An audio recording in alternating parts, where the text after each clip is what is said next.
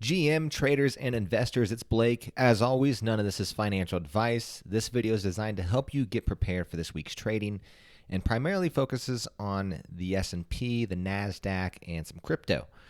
So let's go ahead and get right into it. The S&P is putting in one of my least favorite topping patterns, an MA top. So we have a broader M, and then here we're starting to fill out the bottom portion of this A here. And what I really don't like to see is this bear flag below the cloud. So currently we are in a downtrend. And as always, in every downtrend and even in no trends, number one priority is preservation of capital. Okay.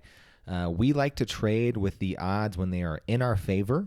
And we do that when the market is an uptrend, just like this uptrend we had here that paid us very nicely. And this uptrend back here, we had 3 days of getting paid as well. So we've had two uptrends this year. We're into April. I do expect us to have more uptrends and more fruitful uptrends later on this year. But until we can, see prices get back at least inside the cloud and ideally back above it, back above the 10 and the 50, then we have odds in our favor. And that's when I'll be getting aggressively long and getting long with options and futures and getting leverage and pressing a little bit in the investment portfolio as well. So until that happens, trading's going to be boring, and it should be boring. So don't be surprised if we're not doing too much. Until we get another uptrend, we have to be patient, and most traders should be waiting for that next uptrend. Now, if you're somebody who has to trade in downtrends, you should be focusing on the downside. So odds are favoring lower prices in downtrends, and we're going to go through some of the different indexes here, especially small caps. They look pretty bearish, and my lean is on the bearish side. So, I think odds are, heavily favoring the bears right now. We have a lot of, things that, are going wrong and could go wrong. We have a war that's going on. We have, yields that are continuing to increase. And we also have potentially hyperinflation, however you want to classify it. I would say it's nearing hyperinflation. And so that's going to have an impact.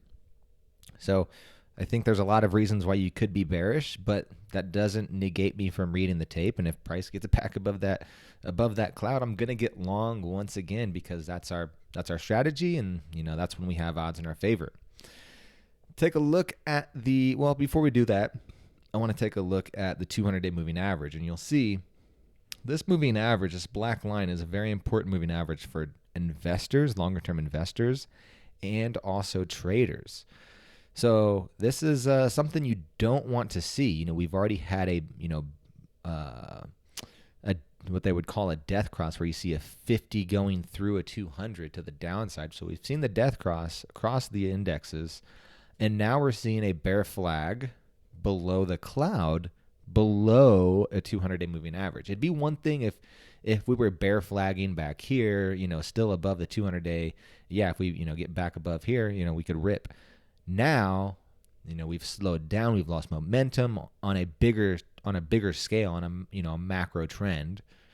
And now things are looking more bearish. So until we can get back above the 200 and, back above the cloud, I'm going to keep my bear hat on and be extremely cautious and not get faked out by these, massive 2 or 3% intraday rallies when, the market is flashing green, but still from a technical perspective, from a price structure perspective, still bearish. So until that changes, keeping my bear hat on.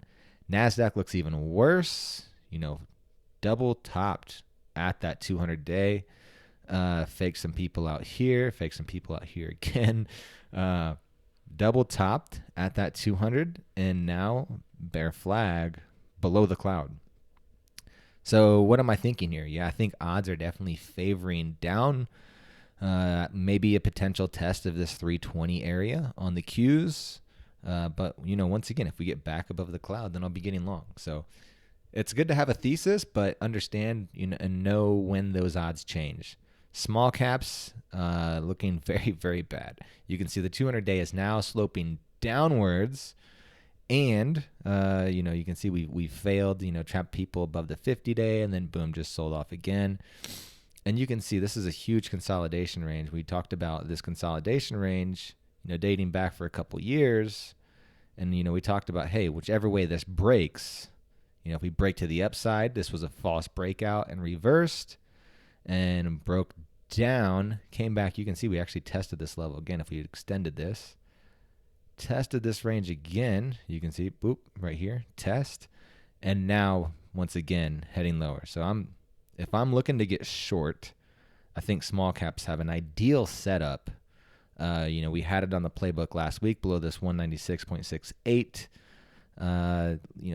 Not really something you want to be getting long there based on that price action.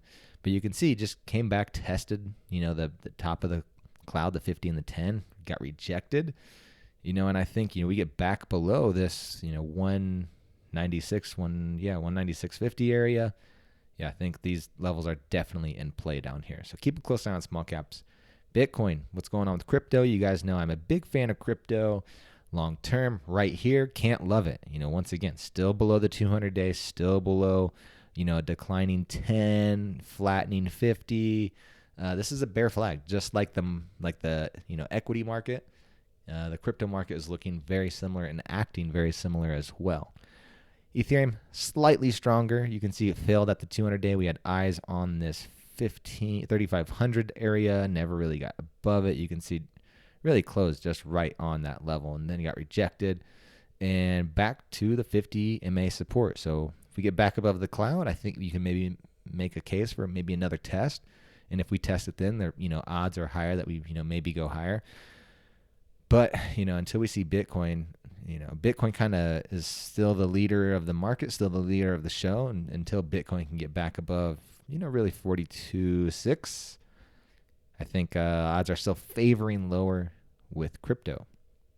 All right, well, that's all that I have for you guys this week. We're in a downtrend. We're going to keep it really simple. It's easy to trade this here as well, right? So we're in a downtrend.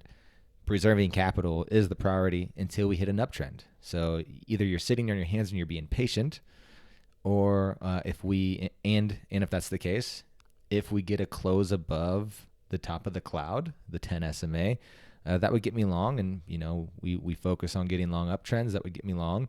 If we get an uptrend, I'll get longer. If we break below last week's low, maybe I'll think about, taking a position short, maybe something intraday for a 2 or 3 day hold. And I'll probably be focusing on, whatever's showing relative weakness, but just based on the charts, probably based on the NASDAQ and small caps, IWM. That's how I'm playing this week. Really, there's no rush in any market, but there's really especially no rush right now. Preserving that cash and waiting for that uptrend is going to be the best move, I think, for the long term if you're planning on being a trader and investor for a career. That's all I got for you guys this week. See you on Monday.